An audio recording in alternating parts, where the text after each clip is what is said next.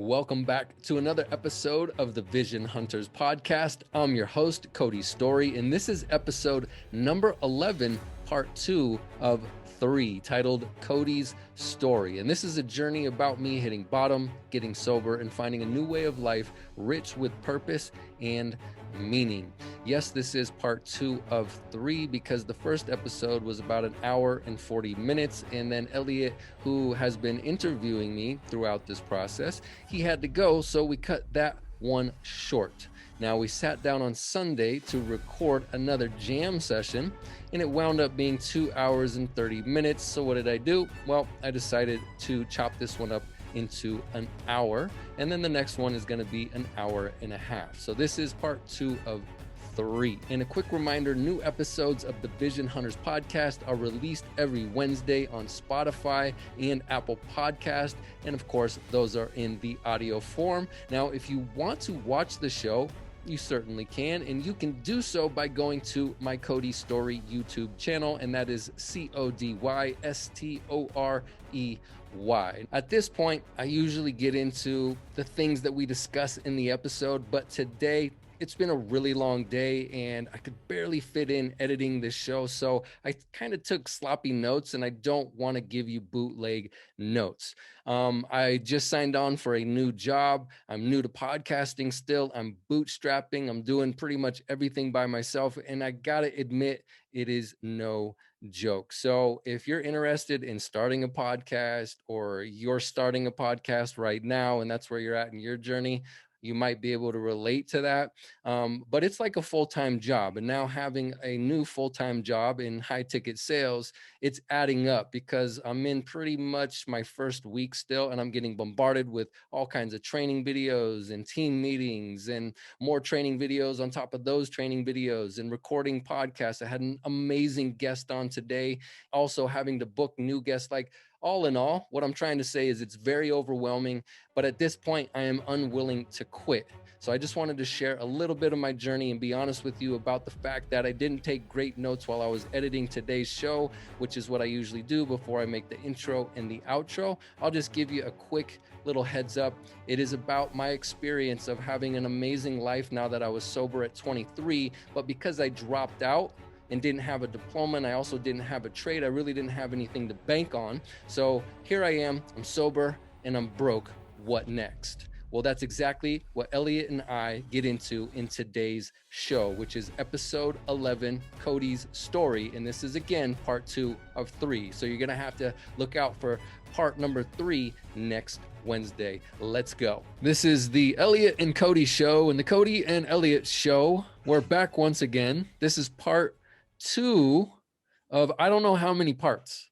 Like, who knows? We might have to do another one of these. I just don't know quite yet, because this is me sharing my story and Elliot is eliciting my story from me.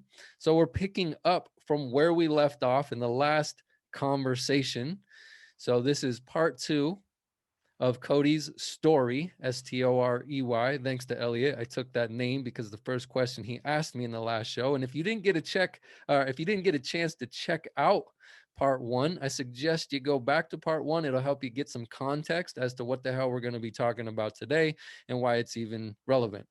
So I'm going to give you a quick recap from what we talked about last time. It was a little bit about me growing up in the mountains in a broken home, what living in a divorced family setting was like, my struggles in school, falling in love with sports, and how that came about and why that came about, what it was like throwing away my snowboarding career behind drugs and alcohol and partying and criminal activity. Go back, listen to part 1 if you want to hear that. I don't really enjoy talking about that stuff that much because I've moved on. I've become a different man.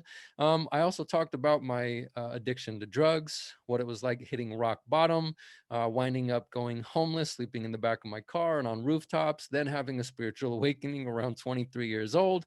And in that awakening, I somehow was struck sober, and then I connected with my brother Luke, who was already sober at that time. He invited me into what is called recovery. So some of you folks might already know what recovery is all about, and some of you might not. But I was introduced to a 12-step recovery program, which allowed me to tap into a spiritual way of living. And that is what enabled me to change my character. And it also has raised or elevated my consciousness. So I'm not just running on self-will and animal instincts, because I became a real menace to society. I became a real, let's say, monster, Dr. Jekyll and Mr. Hyde, living two different lives.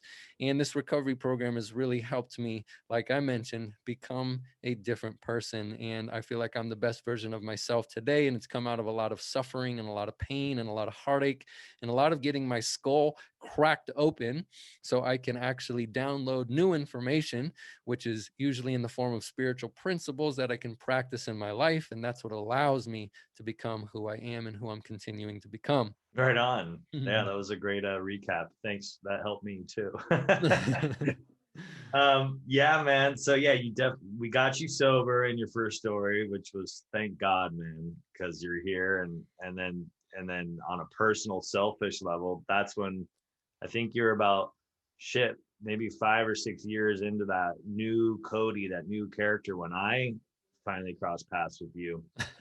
Uh, which we won't get into yet because I don't think we're there in the story. Mm-hmm. So you just got sober, and I think just for people that are in a life of, let's say, turmoil, maybe addiction, and then all of a sudden they're struck sober or they're attempting to get sober, there is this kind of belief system that you get all the cash and prizes is a term that is used in recovery. And you hear it and you see it a lot with dudes like, man, I was homeless. Now homeboy's wearing 3-piece suit. It's got a fat gold Rolex. And like, clearly this dude is like hit the lotto. Like, what did he do? And that's not everyone's story. And I think a lot of people think that this should be their story and they get resentful or whatever it is. That necessarily wasn't my story. I don't believe that was your story. So you're sober, you did all these odd end jobs to make money. When did you start stepping into more of something that you're aligned with, like, as far as your purpose in that time of sobriety and earning a living, getting out of that little spot in Los Feliz? What was the next step? That is a good question. So, being homeless for a little stretch of time, and I'd also preface that homelessness period was also part of, being evicted and everything, but also, like, I had a lot of pride at that time. Like, I did have people that I knew that were like, "Hey, man, just come sleep on my couch. Like, I understand where you're at. You can stay here." Remember we talked about Luke was like, "Hell no, dude, you cannot come around here. Do not think for 1 second that you can stay here. You're out of your goddamn mind. You're on your own." Um, Amazing. but I did have people that said, "Yeah, just sleep on the couch." And I remember I did that for 2 nights, and I stayed on these people's couch, and it ate me up inside. I felt like such a low life. It hurt more to have them allow me to stay in their place versus go out and sleep in the car or sleep on a rooftop. Or better yet, Andy used to take care of different homes kind of in his real estate phase, my brother Andy. And he would go, and as he watched these houses, I would sometimes go with him, and I would figure out how to get into those places, and I would actually go into their house. And I remember one time, this is just kind of getting a little sidetracked here, but we'll get back on track to answer your question. This just popped in my mind, but remember I talked about getting like bit up or ate up by bugs and stuff on the rooftops. I remember this one time I went in this house Andy was watching, and I slept with their dogs on their couch, and it was their dog's couch. And I remember I got attacked by fleas the whole night. So when I woke up that morning, I had no idea because it was the evening, it was a little darkish, and I went in and I slept on their couch or whatever, but I didn't realize it was infested with fleas. So that was an exciting part of that journey. But anyway, yeah, there was a lot of pride around, you know, using or, being offered anything from anybody at that time. And so I wound up in that home, renting that room out. And there I was, having that transition from the way of life I was living into this new one. But I didn't have anything. I didn't have any money. I was broke as a joke.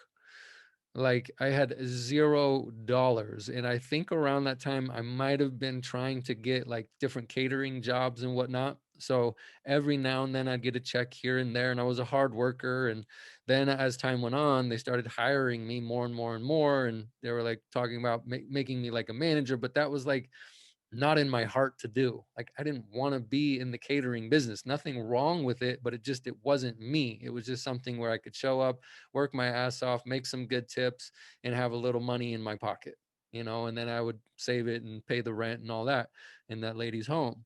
Um, but it was a very challenging time because again, I came from being confused. I started feeling like I was finding some answers in my life, but I was back in this confused place because I dropped out of school. I didn't have any degrees or diplomas. I didn't have anything as far as skill sets that someone could pay me for. And I was just stuck in this place of like, now what the hell am I going to do with my life? I contemplated going back into snowboarding because when I got sober, I was 23 years old, and here I'm in LA, and there's no like mountains 20 minutes, 30 minutes away. Like the closest place was Big Bear, and that was a pretty small mountain compared to what I was used to growing up on, and that didn't seem very appealing. So I was like, well, maybe I'll move to Tahoe, because I remember when I had a competition in Tahoe and going and doing some backcountry out there, and I had a ball. But the moment I would think about, you know what, maybe I could go back to snowboarding. I'm not too old. I'm 23. That's still pretty young. The moment I would think about that, I would just be like, shut down. My brain would just be like, no. I had this feeling that if I was to go that direction, and be back in that kind of life that I came from, I felt like I would throw my sobriety away. I felt that I would throw recovery away, this life that I was learning to live. I felt like if I left Los Angeles and went to the mountains, got back involved with snowboarding, that's what would happen. And everything that I've worked for, and this, to me, what was a miracle taking place, I felt like I would just be wasting it. So when I would think about, okay, I don't have a degree, I don't have, much money as far as resources, and working, jobs I don't really like, and I don't have a trade, that's what I would go to, but I couldn't do it. And then I would think about the cost. Like if I went back into snowboarding at the level that I was at 23, the cost that my physical body would have to go through for me to get back in the groove, reestablish it as a career, and acquire sponsorships, get back into competing, all the training. Like it wasn't a kind of sort of thing I did for fun on the weekends. Like it was at that time when I used to be involved in that world, it was 24/7. And in the summertime, it was all about skateboarding, and that was my training. So it was like a year-round process. And I just was like, I knew if I put my body through that, I would be in hell, because I was already starting to experience the pains later, which is only 23 years old, but I felt like I was 80 when I was 23, like the way my body felt. So that's what kind of led me down the personal training path. And also sobriety led me down the personal training path because I was so nuts. And going through sobriety, it wasn't all like just bliss. I did have to do inventory and look inside and face a lot of ugliness about myself and the life that I was living, which caused pain and discomfort. It was very unsettling at times. So training or working out became an outlet to get all of this negativity, all of this anger, all of this resentment, all of this hate and low self-worth. I would just be able to work it out of my system. Literally, like work out was not just for like the physical well-being, it was for my emotional well-being. So here I am. I'm at a 24-hour fitness, and I was on Vine and Sunset right in Hollywood. And that's where, when I was living the homeless life, I would shower and shave. So I was already in there 24/7. It was super cheap. It was like $20 a month or $28 a month or something. So I could actually, because I was broke, afford that crap. So I'd have a place to stay clean. And then once I started realizing, like, wait a minute, you're sober now, you're using this as an outlet, like I could clearly see that. But I was in there like 6 7 days a week, dude. I was obsessed with the gym and with working out, and I'd already been obsessing with that when I was like 18. Even though my drug use got out of control, I still was into health and fitness. I was still like working out, getting ready, like I said in the last show, for the next bender. um Or if I went too deep and dark, I felt like I could undo the damage. And that's what I was using it for. But I just was there so often and so frequent. And I remember talking to my brother about it and talking to, my sponsor or my mentor at that time about it. And, I just was like, I have no idea what's next. What am I supposed to do? How am I supposed to make money and enjoy it? And like, be able to be responsible and take care of myself and be self-supporting. And he just asked me one day, he's like, I don't know. Did you pray about it? Did you ask your higher power about it? You've been practicing this conscious contact thing, connecting to something other than yourself. Have you been talking to this power, whatever this power is, about it? And I was like, no.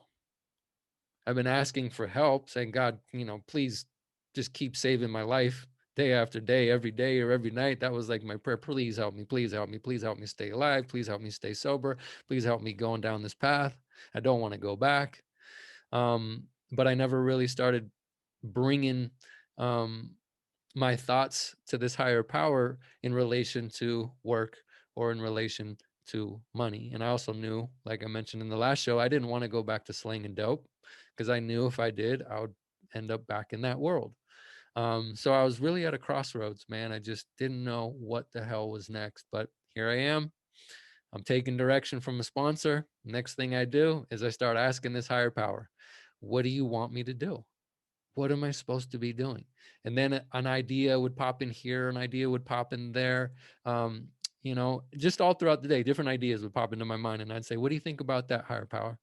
Should I do that? Is that what you want me to do? Is that the direction you want me to go? Is that how you want me to make money? Is that how you want me to support myself? What do you want me to do? Oh, is it this thing? And then I'd offer these things up, these ideas. And then one day I was working out, sitting in that 24-hour fitness, just did some bench presses. And I just had the thought pop in my mind. I was like, what the hell is separating me from where they are? They being personal trainers in the middle of Hollywood. And I was like, I know just as much as them. I've been training since I was 18, earlier than that, but let's say like starting to uncover the science and the mechanics and all that, like at 18. So I'm like, how can I not make something out of this? Like, I already know how to do this. My life has changed. I have something to offer. I had a problem. I've found a solution, and now I'm becoming healthier and healthier. Plus, I have this background. And I was like, what the hell is standing in the way of me from doing that? And I was sitting on that bench and I was just like, there you go. Boom. If they can do it, I can do it. And then I was like, well, shit, I don't have money. So how am I going to go about this? And so I started talking to the manager at the 24-hour fitness, and his name was Damon. And I'd see him like all the time. And I just started building a relationship with him. And I was like, yo, Damon, I'm going to be a personal trainer here one day. And he was like, yeah, okay. Well, you got to get certifications in order to do that. Yada, yada, yada. This is 24-hour fitness, corporate gym, no big deal. But they did have their policies and things were set up in place for certain reasons because they wanted their, trainers to be educated. And so, weeks went on, months went on. I kept building this relationship with Damon. And I said, I'm going to be working here. Trust me. And you say, okay, yeah. He said, well, have you looked into those, certifications? And then I figured out what certifications I should go and pursue. And I didn't have a lot of money. So I was like, you know what? I got a lifeline. I talked to my sponsor about it. He's like, dude, ask somebody if they can just lend you the money, $700 for the first books that I needed. So I did that, borrowed the money. I got $700. And I was like, all right, I guess we're doing this thing. Then the books came in and I was terrified. I was like, holy shit, like I have to read all of this stuff. I just thought it was about like working out and telling other people how to work out or teaching them how to work out and yada yada. But those were like legit books. I was like, didn't really do well in school, could barely read at that time, didn't really know how to like take notes and study and all that. So anyway, I'll fast forward. I started going to a Starbucks down the street from that house in Los Feliz, and I would take a couple hours every single day and I would sit with those books, didn't know what I was doing or what I was really reading, but I would just sit and do the best I could and take the best notes I could. Then I had to test out so I could see if I got the certification, and I bombed the test 2 times. Cost you like $100 or $150 every time you fail it. So I failed it 2 times in a row, but it taught me how to study a little bit better each time because I was like, okay, I must be missing this and missing that. And then I'd study those things. And then just little bit by little bit, I started getting better at being able to understand that process. And then on the third try, I guess, lucky me, I wound up passing. So the third time was a charm. And that was the beginning of a personal training career. And the modality at that time was kind of like around the bodybuilding system, which was cool because it helped people like me who, like, I wanted to build myself up because of how little I felt inside. Like, I actually also trained because it was a way for me to deal with my insecurities, because I felt if I don't like the way I look, or I don't like the way I feel about myself, or the way I think about myself, if I look good enough, again, it goes back to that acceptance I got in my circle of, people when I was younger. It was all about acceptance and validation and being liked. So I figured if my outsides looked good and that was good enough for other people, then I must be good.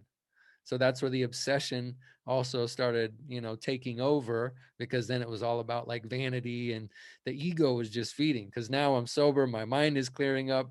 And then it just became all about looking good and getting attention. And the ego is just like feeding like a piranha in the Amazon, just like all day, every day, me, me, me, me, me, me, me. So the selfishness and self-centeredness didn't disappear like that, because I still had a lot of this stuff going on inside, dealing with, I don't love myself. I don't like myself. I don't think highly of myself, because all I can do is think about myself in the context of my past. And that was horrific. And I don't ever want to be that. But my brain was stuck in the past and I couldn't get out of that. So I figured, again, I could use training as a way to deal with what was really going on deep down inside. And I know that's a starting point for a lot of people in the fitness world. And there's nothing wrong with wanting to look good. I don't believe there's anything wrong with wanting to look fit or look healthy or be healthy, and not just look it, but actually be the part. Like, I think there's a lot of value in there. So I must have loved myself a little bit, but it just wasn't much. But I loved myself enough to where I did want to take care of myself and be healthy. But the realm or the system that I was involved in, as the years went on, personal training with that modality, with the bodybuilding way of doing things, it actually started to bite me in the ass. And then all the pains from snowboarding and different injuries started to actually come out. And I was like, wait a minute, I'm going to the gym, I'm getting healthier. Now I got a job because I got certified at 24-hour fitness. So yeah, I did get hired by Damon finally. Bombed the first two interviews. Guess what? Third one, got the job. So I guess 3 is the lucky number. However, I was being healthy, getting healthier, or I thought so, right? And I was helping people get healthy as I thought they were, or as I thought they would, and it looked like they were. But I was like, wait a minute, this isn't really healthy. Like, I'm being told by some of the, people I was involved with, go eat McDonald's and eat a lot of it because I got to get my calories in so I can build my muscle. Like, just eat as much McDonald's every day and Taco Bell every day and KFC, just all day, every day. Just get calories and ice cream and get big muscles, bro. So I got into the world of the bro science. And then I started just being like, this can't be it, bro. Like, I'm bigger. I'm bigger than I probably should be. My frame isn't even built for that. But I felt like I looked good and I felt good walking around like that. But the price I was paying on the inside was a disaster. I was getting sick all the time. Like, I would catch colds in the gym so frequently. It was ridiculous. And here I am, young and supposedly being vital and healthy. But man, everything started backfiring. So I was getting really sick. And then I was also experiencing a lot of joint pain. And that led me down a whole nother path. I started looking at the workout world in a different way, and started asking different people different questions that I saw doing different things. And the next thing you know, I started being led to these different coaches. And then I started going to their seminars and getting mentored and learning from them. And I wound up in this world of joint mobility, club bell training, kettlebell training. And then it became more about movement and then pain-free movement. How do you do that? If I can do it for myself, then I can help other people do it. And that's what I did. I just kept learning and sharing and learning and sharing. Next thing you know, I built a full-on career. Within a year and a half at that 24-hour fitness, I was like, look, this was dope. 24-hour fitness literally showed me how to run my own business from start to finish. Then I was learning these other modalities and there was assessments involved. And I was like, man, I could just go do this for myself. So that's what I did. I became a personal trainer. Then I went in a different direction within the field. And then I built my own business. And here I am out in the middle of Los Angeles on my own. And then I had to figure that out. So that's the long story short of how I dealt with being broke, coming off of being homeless and stepping into the world, living as a sober man. So you got a job, which means you got a paycheck. Mm-hmm. Then you realize that this job is not for health, it's for maybe a level of vanity. Mm-hmm. But for you, it wasn't making you healthier, it was you realizing you're getting sicker and more, what is the word, more uncomfortable in your body, essentially, Mm-hmm. and in more pain. Mm-hmm. So then you find mobility and with the club bells, kettlebells, and joint movement. Then you decide that you want to start your own business, and that doesn't mean you get a paycheck. Mm-mm. Mm-mm. Not at all. Anyone that knows that knows the story about starting your own business. So what's that phase looking like? Well, what was cool is because I got to the end of the road with the paradigm that I was involved in the beginning, because I hit a bottom with that and found something else. I had something that really differentiated me from I would say 90 to 95% of other trainers in Hollywood at that time. Like nobody was talking joint mobility. Now it's like a thing. People talk about it. But when I started it, dude, it was the most niche, like secret thing, and nobody gave a shit about it. Right. So what I would say is, as a disclosure, nothing wrong with the bodybuilding paradigm. Like it does its job really, really well. Nothing will beat it as far as like physique and building muscle and cutting down and all that. But bodybuilding is not designed or based on health. It is a sport. It is a sport. How do I know? There's actually physique competitions. Now, I never did one because I wasn't, into that whole side of it, but it was a sport. And with sport comes a price to pay, just like with snowboarding, just like with soccer, just like with basketball, football, XYZ. But in the fitness world, a lot of times people don't look at bodybuilding like a sport. So it does its job. It does its job really well. And then once I hit that bottom with it, I realized, whoa, I just tapped into something that there's a big, big need for. Like people underneath this looking good thing were actually walking around thinking the same things I was thinking. And I started meeting them. They're talking about how, yeah, they work out 5, 6, 7 days a week and their body feels like shit. And because their body feels like shit, it affects how they think about themselves. And then it affects how they perform at work. And it's just this vicious circle that they were stuck in, like I was stuck in. And I was like, well, guess what? I hit bottom with that and I found a way out. And this is what I do now. So a lot of times I would generate business just through relationships. Then I would acquire a new client. That client would then tell their friend. And it was just a really strong referral relationship based business for quite a while.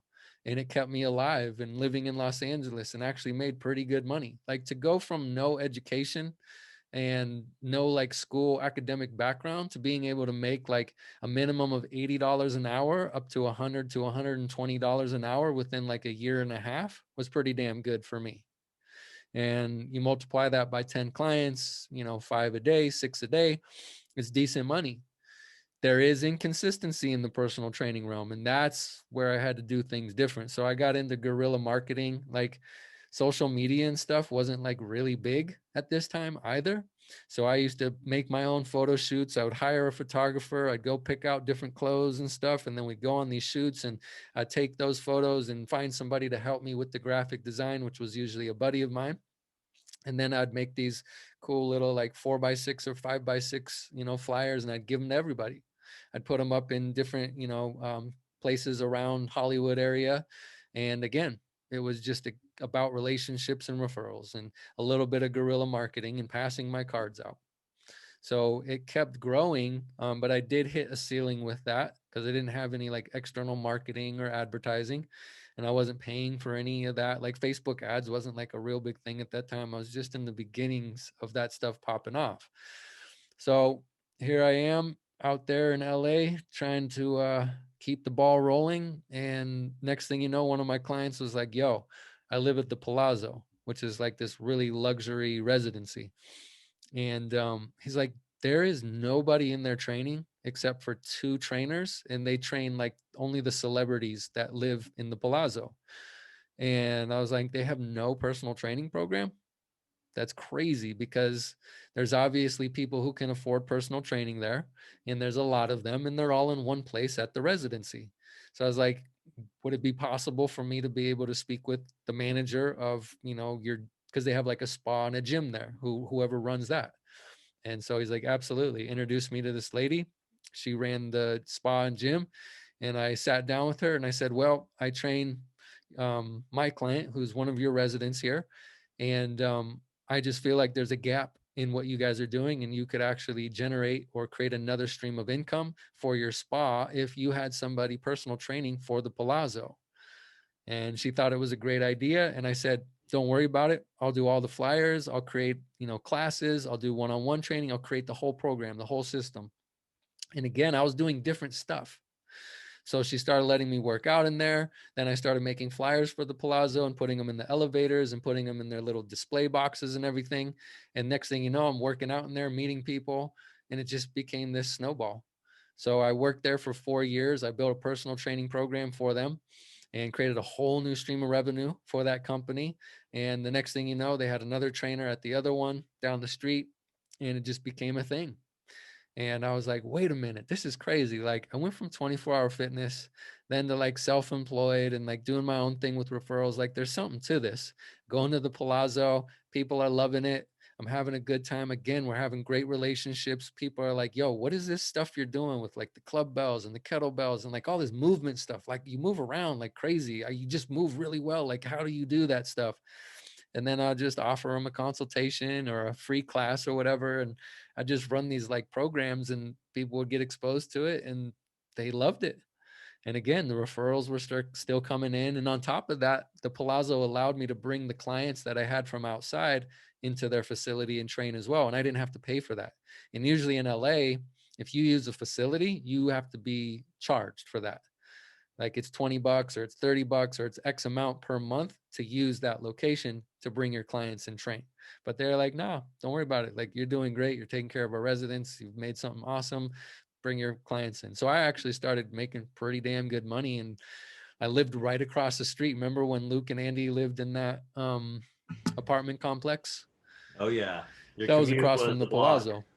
So I had a good deal, man. I'd literally walk across the street to get to work, and I was able to afford a really nice unit next to Andy and Luke. So it was the Story brothers up on the top level of that complex, and we had a blast, man. And again, that Wow. was like early on, within the first few years of being sober and making decent money and going out and smoking cigars with the guys and all that stuff. So I still, I had my little quirks, even though I was in the health industry. I liked Cuban cigars, and it was a good time to connect and relate with people. And so yeah, it was an interesting period of time. But I just started talking to myself about it, being like, wow, this keeps getting better and better, and I keep doing these things in other ways, like in other people's facilities.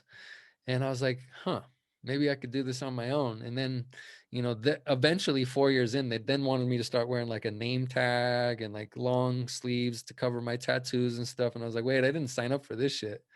Like, you guys were super cool with me just wearing whatever and being however and doing whatever in the beginning, because I was helping them with that, with some revenue.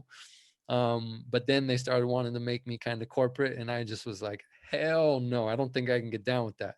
Don't box me in. That's why I left the 24-hour fitness. They had me wearing name tags and stuff, and I didn't like feeling like cattle. I don't think that's for everybody. It's just the way I viewed it. If I was working in a corporate job, I viewed myself like a sheep or a cattle or just like another number, and I didn't want to be another number because I always went further than expected. So I just was like, what's up? Why is this going on? And I started seeing the door inside, it was shutting. I wasn't really interested in being there anymore. So called my sponsor up and got on the call, told him what I was thinking about. I was like, yeah, this isn't jiving with me. He's like, all right, how about this? Go find a space, start your own gym, and don't call me till you find a space. That's it. Gotta go. Damn. Mm-hmm. That's scary. So that was the sponsor's direction.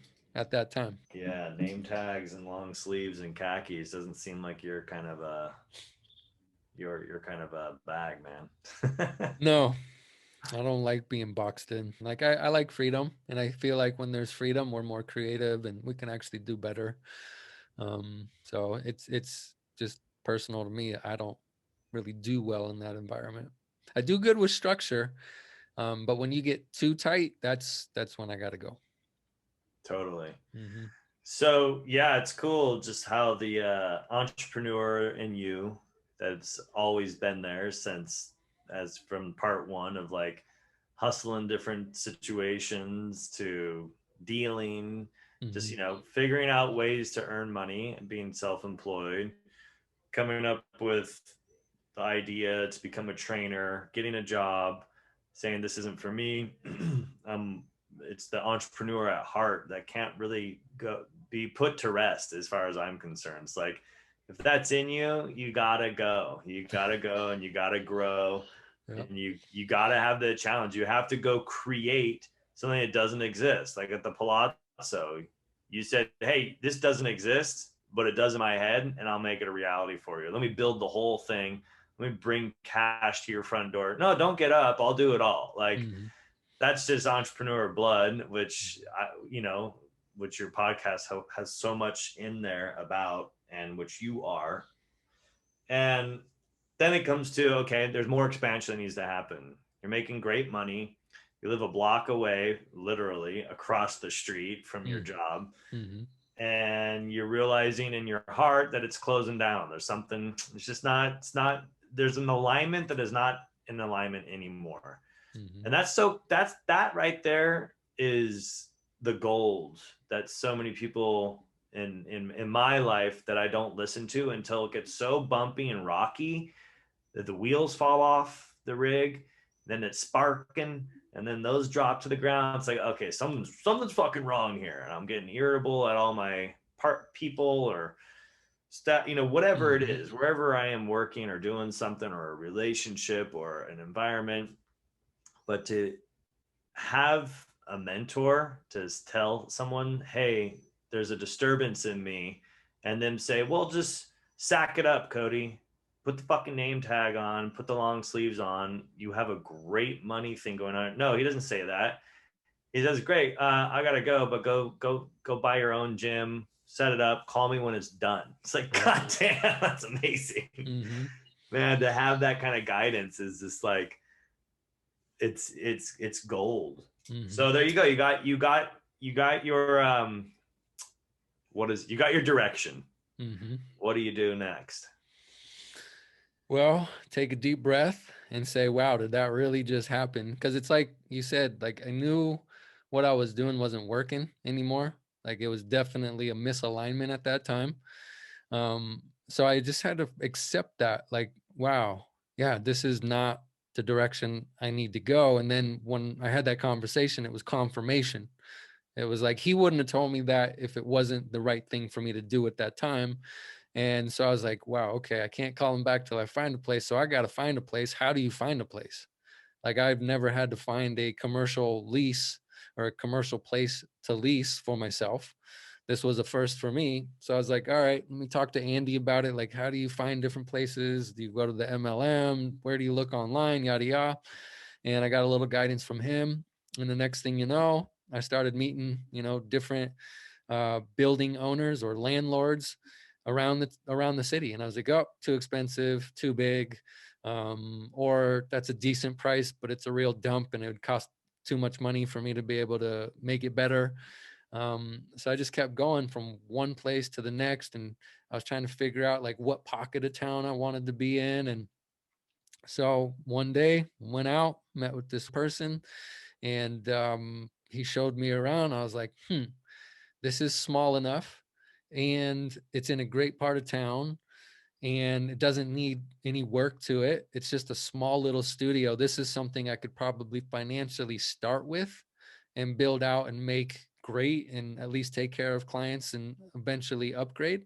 So I was like, all right, I'm going to go all in on this, and I'm going to try and make as much money out of it as I can as far as profit. So then I can build a bigger space instead of going too big and then getting myself in the hole and then having to go backwards.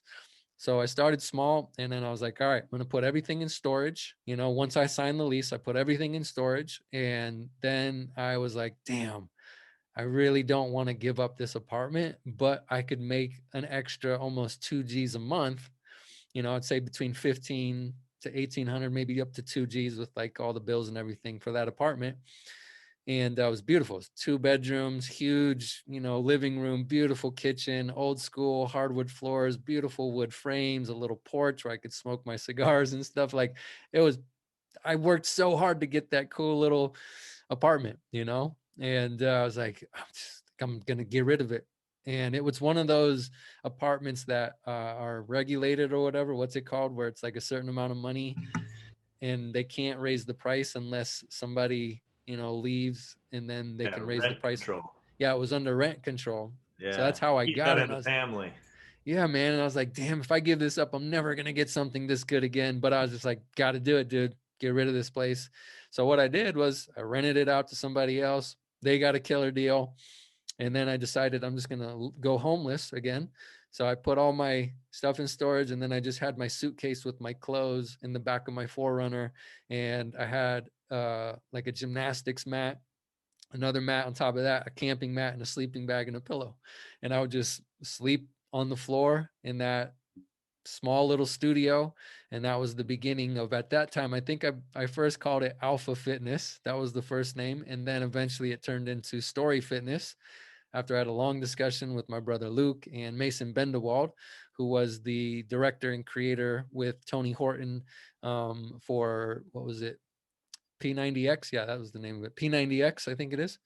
Um, so once we sat down and had a discussion, I decided to change the name. But so yeah, I started out sleeping on the floor, man. Had my little blender for my smoothies and my little teeny ass fridge and whatever. And I didn't have to pay rent. And not paying rent in LA is amazing. So I was able to stack a little money up. And then at that time, when I met Mason, introduced through Luke, I got a gig for being an online trainer, and I became one of the lead trainers for the company Daily Burn. And I created a bunch of training programs for them, for body weight training, for mobility training, for also decompression. I train what do you do after your workouts or in between your workouts, a kettlebell program. So I made these full on huge training programs, basically made a whole system. And the next thing you know, I became the #1 viewed trainer out of all the trainers that they brought on, because it was a new company when I started with them. And I got great guidance, man, from one of the best in the game, Mason Bendewald, phenomenal director. And I wasn't really looking for the gig. Luke told him about me. He was filming something else across the street. He came over to my little studio, and I exposed him to what I do. And he's like, dude, make a video, make it for 3 minutes, and I'm taking it to New York. I have a meeting next week, and I want to bring that video with me. So that's how I got the gig. And there was like an audition for like 250, 300 people in LA trying to find, you know, trainers for Daily Burn. And I made this cool ass video with movements they ain't never seen before. And I had all this energy and whatnot because of some other stuff I did in the city that really helped me learn how to be on camera. And next thing you know, I get a call back and they're like, you got the gig, dude. That's it. We want to Wow. work with you. Do you want to work with us? And I was like, absolutely. Let's do it. And that became like a 4 or 5 year relationship with Mason and Daily Burn. And I became the #1 viewed, man. And they loved everything I was bringing to the table, the emails and the texts and like all kinds of crazy feedback I was getting. I still get feedback on Instagram. I think they're still running my programs. What is it? Probably 8, 9 years later. And I still Wow. get people are like, oh my God, I just did your TBT program or your, you know, body weight training program or whatever. Like, I love it. It's changed my life. Like, thank you so much for, you know, bringing this joint mobility aspect into the fitness world, and the way you coach is phenomenal. I just got so much good feedback, man. So much gratitude came from that. And I didn't really realize, you know, what I was tapping into, but it was a lot bigger than I even expected.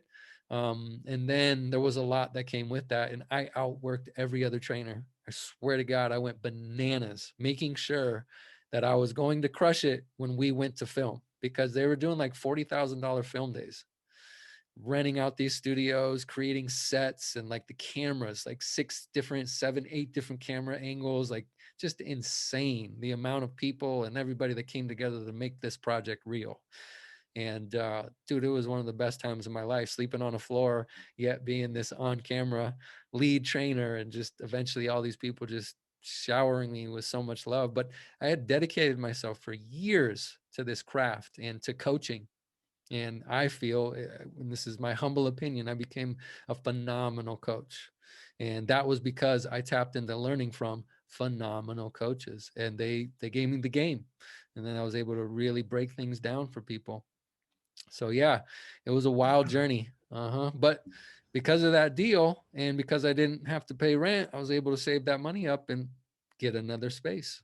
So that was kind of the next phase. And Andy was a big instrumental person at that time as far as finding the next space and building it out. He helped me build it out and everything, him and his buddy Juan. And we just demoed everything, and just turned out to be this just lovely place to walk into and feel safe and know that, you know, they're going to get top-notch service in a city with so much noise around the fitness world. Damn, that's crazy. I didn't know that those steps to that point.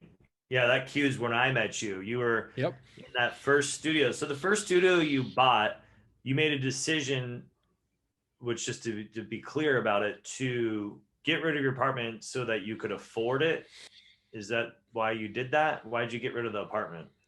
I got rid of it because I didn't want to think about rent money. I didn't want to think about making ends meet because I didn't know if it was going to work. And I was like, Mm, no matter what, I know I can make this much per month because I already had clients, you know, like I had outside clients at the Palazzo, plus I was training their residents. And I was like, my outside clients will come with me. So I was like, all right, I know I have this much money every month that'll come in. But I wanted to make more savings, you know, and so I was willing to go without a place to live and no kitchen or anything. And I'd just eat up at the health food store. But then I also met Arnaud at Bloom, right? Because I would be going to these coffee shops on that street. And that's how I met a lot of my other clients once I moved into that new space. But it allowed me just to have more buffer so I didn't have to worry about money, and I could really enjoy being in service. And I felt if I was in service and really enjoying it, I would just make more money and make and generate more clients, and everything would just be better. And that's what happened. hmm wow, So I didn't that's want to great. have overhead because, dude, it's expensive. Like paying rent plus paying for a studio, it's not cheap in LA. Then if I wanted to upgrade into a bigger space, that's going to cost more rent. So if I have an apartment and I have a studio space I got to rent, like that's how much money I'm pissing away every month. I just wasn't willing to do that. I'd rather sleep on the floor and make more money to hopefully get to a better place within a year or two. And that's what happened. I think it was around when I met you that I built a relationship with Arnaud at Bloom. He became a client. And then he said, hey, if you train me, I'll give you free food at his restaurant. So then I got free food there. And then I was able to get like $15 meals at the health food store, Air One. And it just was a good gig. It was all relatively close. And I just was like, okay, this is interesting. What's going on here? Then one of his spaces opened up that he had leased that was like mostly storage or something. And he said, hey, do you want to take this space? And that's how I got into the space next to Bloom. So one of my clients was, you know, the contact point for that to be possible. That's right around when I met you, and that's when I moved into that space and had started building that out with Andy. And you know, I was able to take that money that I made with Daily Burn and invest it into creating Story Fitness for real. Wow, wow, man. So yeah, you did some serious moves to step into your own real deal brick and mortar business by literally moving into the space that you rented, the first one, Mm-hmm. to sacrifice for, building a business. Mm-hmm. And that says so much about your character right there. It's like, how many people are willing to do that shit? Leave your comfortable next level apartment, which it was not an apartment like in a huge complex. It was like a duplex. It was a Mm-hmm. beautiful house, and I went to it, and it's Mm-hmm. just, those are rare findings. That old Spanish 1920s gorgeous. Like, you don't leave those places No. to go move into. How big was that first space, by the way? I want to say 600 by 600 square feet. Okay, so you moved into a box. Yep. from a beautiful house to basically a cell, you know, bigger than a cell, but you know, a box. Mm-hmm. And yeah, but by doing that and showing up for that, it's like it's really cool how that unfolded into the daily burn and you becoming, is that what it's called, daily burn? Mm-hmm.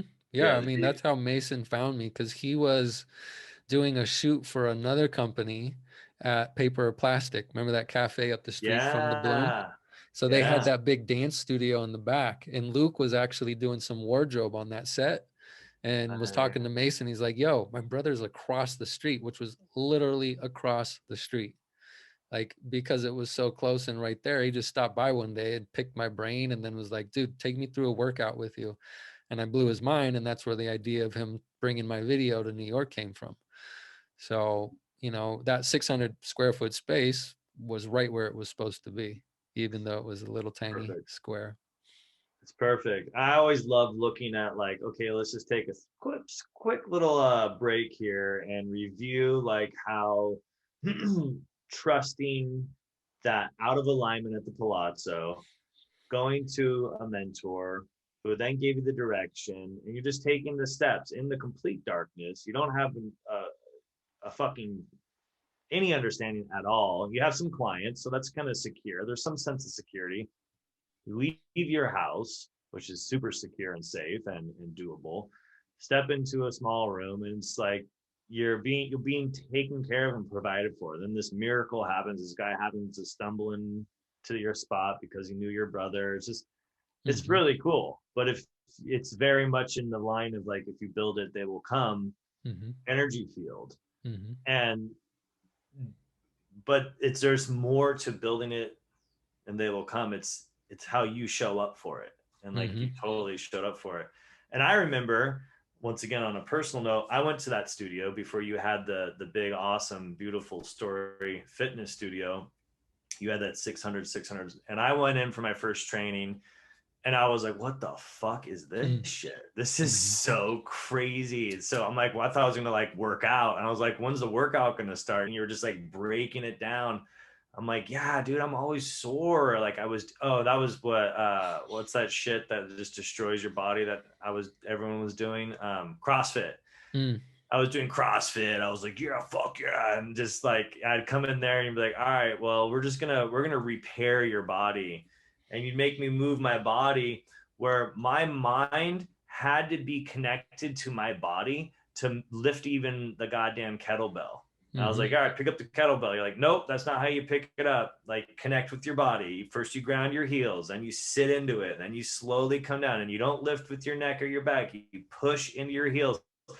Dude, I was like, what the fuck? I just want to pick up this weight and throw some shit around. Let's do Mm-hmm. this. And it's crazy how, and I watched you do it because I stayed with you for years, and you did group trainings, and you just train people how to connect to their bodies so we don't hurt ourselves, Mm-hmm. because we're all fucked up because we're throwing shit around. We're not connected. Or I'll speak for myself. I wasn't connected to my body. I didn't know.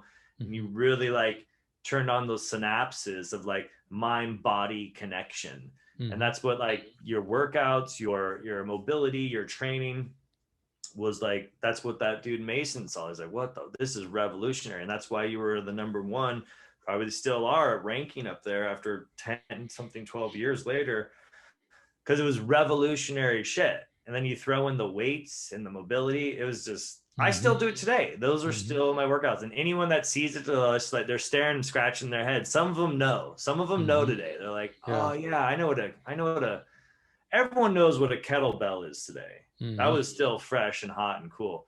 Not many people know what a club bell is. Mm-hmm. They're just like, what is that? You know, with the internet and all the chiefs throwing those Think things On It around. Academy started to make it a little more popular as far as club bell training, and then joint Yeah. mobility, which was cool. Like with Aubrey Marcus, actually one of the old coaches that I studied a specific system with, John Wolf. He introduced that to Aubrey, and then that's when On It Academy brought John Wolf in and started really introducing the joint mobility, these different body weight movements, and the kettlebell training and the club bell training.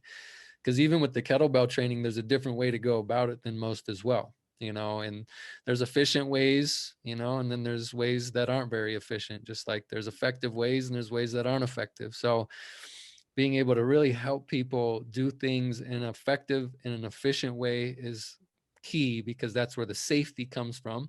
And then also, if you're able to stay safe in your training, like you shouldn't be getting screwed up in your training. That's what training is for. It's there to take care of you. Like you might get screwed up in your sport, and that's sometimes inevitable because accidents and shit happens in sport, right? But your training is a place to really take care of yourself and help yourself be better in the competition or in your life. So I was really tapping into sustainability. So I found a health first system and a Yeah. sustainable training system that could take care of you for the long haul versus peaking, dying, game over. And that's usually what most folks in the sport world experience. And that's why a lot of people gravitated towards me, because they're like, oh, I remember in my younger years, man, I used to do this and I used to do that. Then I did this thing and I could never do it again. And now I don't want to do it again because every time I do it, it hurts. And I'm like, well, what if there's a way out of that? And what if you could do that thing again? So that was Yeah. my questioning, which is what led me to find these other modalities. But yeah, you're right, man. This was not a thing for a long time. And It now was it's, become a thing, and people actually gravitate more towards it versus probably the bodybuilding paradigm. yeah, you're on the cutting edge, which is very much your style as a character, as an Mhm. entrepreneur.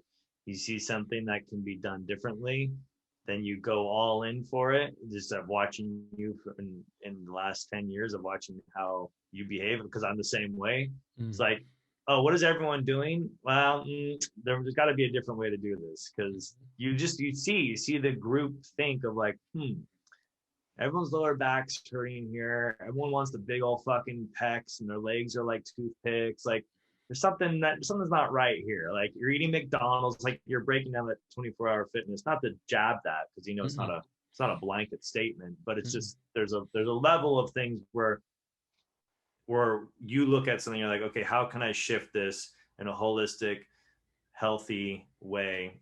And so you started Story Fitness, and that was a fucking masterpiece, man. You had hundreds of people coming in every month. You had group classes. You had all your private one-on-one trainings. You trained. You did the, what was it Daily called? burn. You did Mm-hmm. the daily burn. You were crushing it. Like you were at the top level of this incredible mobility health movement. And you had an ice bath at your place. Mm-hmm. You held yoga there. You did all sorts of stuff with Wim like, Hof. I think we did a Wim Hof you did a seminar Wim too. Hof seminar. You had the Wim Hof certified people come out. Like you really pushed in all the health. You would teach people about food. Like you would go all in, like Mm-hmm. with people. It's like it's a whole thing. It's not like you just do this. And I always remember this one thing. I was like, I want to lift some weights. I want to get big. I want to get big. I mean, come on, dude. My ego wants to get big. I want to get big. Just doing a dumbbell. He's like, yeah, lift up that kettlebell with your whole body. And I'd be so winded. I was like, Mm-hmm. whoa, that was so much work. Because you're like, yeah, now you're using your whole body versus just a stagnant, stiff position, just lifting a dumbbell, isolating that one muscle. Move your whole body when you lift a weight. And I was like, Mm-hmm. that was like mind blowing shit for me, because I Mm-hmm. was just so trained to like lift this in one area and then go to the leg, one area. Mm-hmm. It's like you could do it all at once. And man, yeah. Well, it depends on like what are you looking for, what are you wanting, and that's usually where I'd get down, to the root of what people really wanted, and it didn't sound like they really wanted just to bodybuild. Like I would give people that at times, isolated contractions, focusing on a group of muscle tissue. And you can do that. And like I said, like that'll make your biceps pop. That'll make your pecs pop. That'll make your quads pop or your hamstrings pop. Absolutely. And even in the therapy world, like there's times when you need to isolate things and chunk things down to that. I just wanted people to know like that wasn't it. Like that's a thing. It exists, but there's so much more out there. And when I would ask people questions, it would lead me down another path where they actually wanted something different. And I was like, well, perfect. There's this other thing here that does what you're actually looking for beyond what you're thinking about as far as what's available. So it just, was dependent upon the person, it was dependent upon what they wanted. And then when I would assess their joints, it was dependent upon what they needed. If they wanted to do this activity and it required these ranges of motion and their joints don't have it, that's going to be a problem. I don't know what day and what time, but it will be a problem. If your shoulder doesn't do the things, or is not capable of doing the things that you're asking your shoulder to do when you do a certain lift or you play a certain sport, it's going to be a problem. Like, your shoulder has to be able to do what you're asking it to do, or injury will occur. It might happen swiftly, or it might happen over a long period of time. So there's a lot of stuff we could get into and get deep into that. But, I just started to see it on a really simple level. Like, people are asking their bodies and their joints to do things that they're incapable of doing, and then they're in pain. And I'm just like, this could be, mitigated. And that's when I found the work of Dr. Andrea Spina and Dr. Shivers up in Toronto. And they really changed and revolutionized the way I looked at biomechanics, how joints work, and how to actually really help people take care of their joint health and manage it over time. So yeah, man, it's not like I became this genius. It was just, I found geniuses and was like, damn, these guys are out there. What the hell are they doing? And then I just brought it all into Story Fitness. And I would bring in different workshops and different seminars in hopes of people being exposed to greatness outside of me. I wanted them to be exposed to other people. So I'd bring in their company or their system and what they do and expose my people to it, because I didn't necessarily think like I need to be the guy. No, it's not about me. It's about all of us coming together, moving in this direction where maybe we can influence and help other people if we really understand what's going on with our bodies and what they're capable of and how to take care of them. So yeah, man, it became like a hub. That was my vision. I wanted it to be a hub, and I wasn't asking people to pay me for those services. Sometimes they would, but it wasn't what I was aiming to do. I just wanted to bring people together and do things that most people had never been exposed to, and make a place for everyone to share and get better. It was a really simple concept. But that was also my home too for about a year and a half. Right. I Yeah. loved that space, like I moved when I moved into there, just to take it a step or two back. Yeah. I remember when I moved in there, Andy, like I said, Andy and Juan helped me build it out. And we dug a big old hole in the concrete to put a drain, and we put a shower in there, and then we built this big old like wall around the shower, and then we put a ladder on the shower, and that went up to my little loft bedroom, and then down at the bottom we had my kitchen, and it became a special place, not just to work but also to live. But the challenge with that is, within a year and a half of that first space, which was like 600 square feet, and then upping to the Story Fitness space, within a year and a half out of living and working in the same place, I was like, nope, I don't care what it costs. I got to get an apartment for my own mental health, because there has to be at some point a separation between my work and my ability to decompress, so I can still do what I do at a high level sustainably, just like with my training. Well, that's it for episode 11, part 2 of 3. Remember to check out part 3 of 3 next Wednesday. I hope you enjoyed this episode, and if you did, let me know by leaving a review or a comment, and by hitting the like button or sharing this show with your friends and family. Thanks again for tuning in, and welcome to the Vision Hunters podcast.